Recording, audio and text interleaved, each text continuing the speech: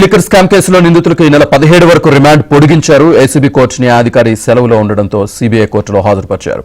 నిందితులకు remand పొడిగిస్తూ CBI court ఆదేశాలు జారీ చేసింది.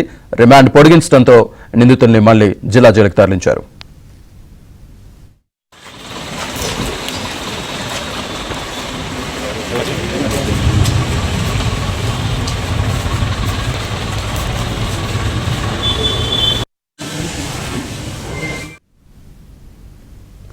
ఏపీ లిక్కర్ స్కామ్ కేసులో నిందితులకు ఈ నెల 17 వరకు రిమాండ్ పొడిగించారు. ఏసీబీ కోర్టు న్యాయాధికారి సెలవులో ఉండడంతో సీబీఐ కోర్టులో హాజరుపరిచారు. నిందితులకు రిమాండ్ పొడిగిస్తూ సీబీఐ కోర్టు ఆదేశాలు జారీ చేసింది. రిమాండ్ పొడిగించడంతో నిందితుల్ని మళ్లీ జిల్లా జైలుకు తరలించారు. పూర్తి డీటెయిల్స్ మా ఏపీ బ్యూరో చీఫ్ రామారావు అందిస్తారు. రామారావు.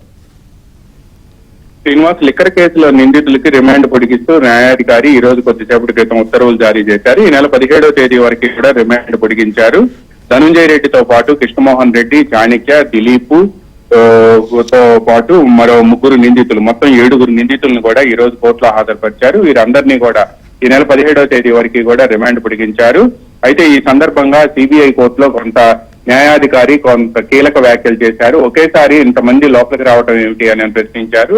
నిందితుల బంధువులతో పాటు వైసీపీ నేతలు కూడా ఒక్కసారిగా లోపలికి వెళ్లారు.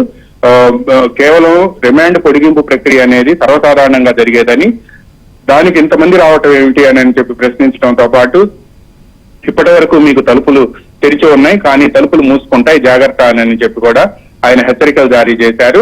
అయితే ఈ నెల 17వ తేదీ వరకు కూడా, అంటే 2 వారాల పాటు కూడా రిమాండ్ పొడిగిస్తూ ఉత్తర్వులు జారీ చేయడంతో వీళ్ళందరినీ కూడా మళ్ళా విజయవాడ జిల్లా జైలుకి తీసుకువెళ్లారు కొద్దిసేపటి క్రితం. ప్రస్తుతం వీళ్ళందరినీ అక్కడ జిల్లా జైలుకి తరలించారు. అదే విధంగా బాలాజీ గోవిందప్పకు సంబంధించి బెయిల్ పిటిషన్ కూడా దాఖలు చేశారు. అయితే ఈ రోజు ఇన్ఛార్జి న్యాయమూర్తిగా సిబిఐ కోర్టు న్యాయమూర్తి ఉండటంతో బెయిల్ పిటిషన్ ను ఆ కోర్టులో దాఖలు చేశారు. Srinivas. Right, thank you very much Ramarao.